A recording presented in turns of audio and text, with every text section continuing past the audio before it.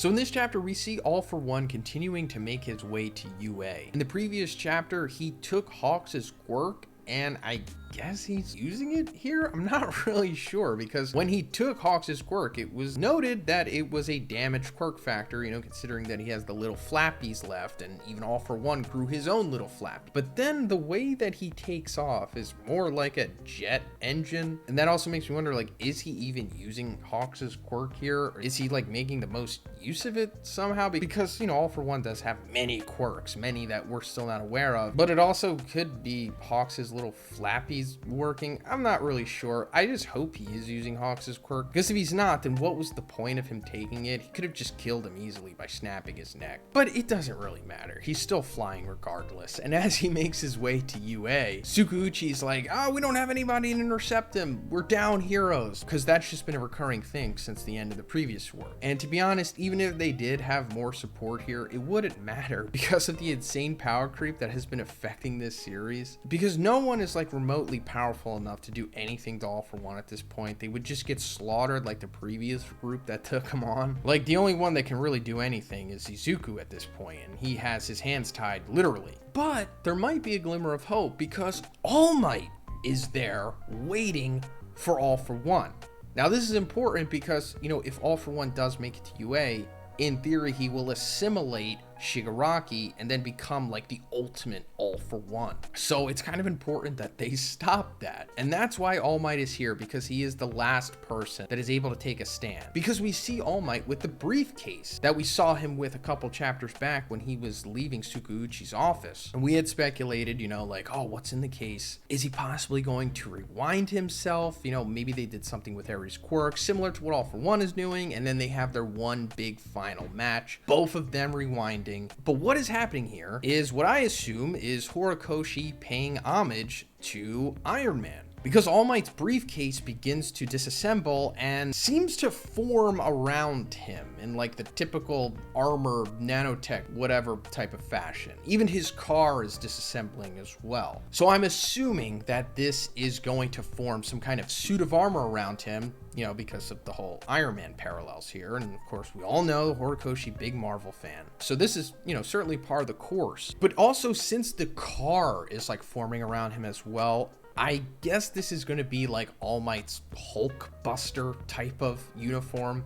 And we don't know the color scheme yet, so I asked my artist to just make it like black and green for now, just as a placeholder. But I wouldn't be surprised if this, in theory, Hulk Buster armor that All Might is going to form here has like the color scheme of like his Golden Age outfit. Like, I wouldn't even be surprised if like the helmet has like his big spiky hair coming out of it too. But first, let's talk about Gamer Supps' new drops, because their Season 4 Waifu Cup Nurse Joy just dropped yesterday, as well as their Nurse Joy shirt and their lilac hoodie. These are super aesthetic and I love them so much. And also, guys, these things sell out so incredibly fast. I'm actually legitimately nervous putting this ad out a day later, but then they also have anime girl thigh flavor. That's right. The taste is like an orange creamsicle, and then of course it has that great anime girl thigh flavor to it. If you know what I mean, you know what I mean. But if you don't, you're gonna have to try it for yourself. So guys, if you're interested in getting some Gamer Supps, a waifu cup, and some awesome merch, check out the link in the description and make sure you use code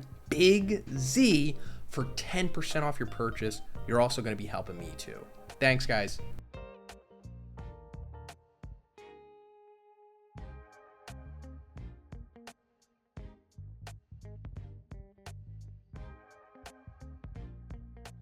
But that's where the chapter ends, just with this formulating. But this is leading us to, I think, a turning point in the series. And it's going to be either the death of All Might or the death of All For One. And then there, you know, of course, could be a third option where no one dies and just everything goes accordingly. But I also don't think All Might necessarily needs to die, although it has been heavily foreshadowed that he is. If he doesn't die at this point, it would kind of be surprising. But I do think that this is a perfect opportunity for them both to die. All Might dying, giving his life to stop All For One, like finally stopping him. Because All Might has defeated him twice, as far as we know, but he never, like, killed him because, you know, he's All Might. He can't kill people. But I think All For One's ultimate fate here is being killed / simulated by Shigaraki. Like, that's going to be the twist. Like, you think All For One is going to assimilate Shigaraki, but it's going to be Shigaraki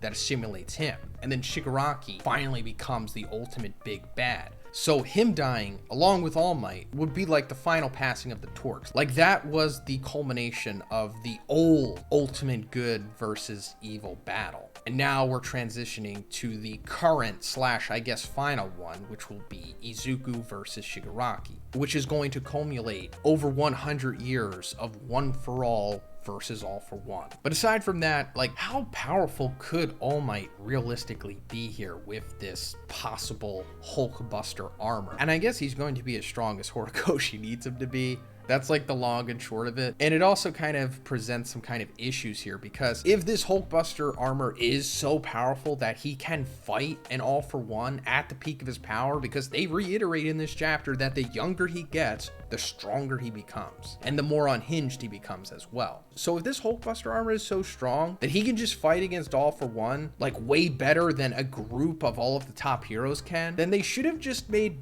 more of this and gave it to more people. And you might say this, right? No, they have limited resources and manpower. And it's like, I call BS on that, because they took all of their time to make this elaborate, useless, unnecessary Troy system, along with like the underground elevators, which they're just abandoning now. That's also mentioned in this chapter. Like, the Todoroki family is being transported, these underground elevators that they made. And since the ceilings are collapsing on them from all the chaos happening outside, and now that they're aware that Dabi is going to explode like a freaking nuke, I talked more about this in my spoilers review yesterday. If you'd like to hear my thoughts on that, check that video out. But to avoid that, Gunhead's like, it'll reach us even though we're underground. Open the emergency hatch and get to the surface. So it's like, this was just pointless. And I understand the Todoroki family is going to the surface so that they can have like a moment to interact with Dabi, which I'm on board with. It's very needed.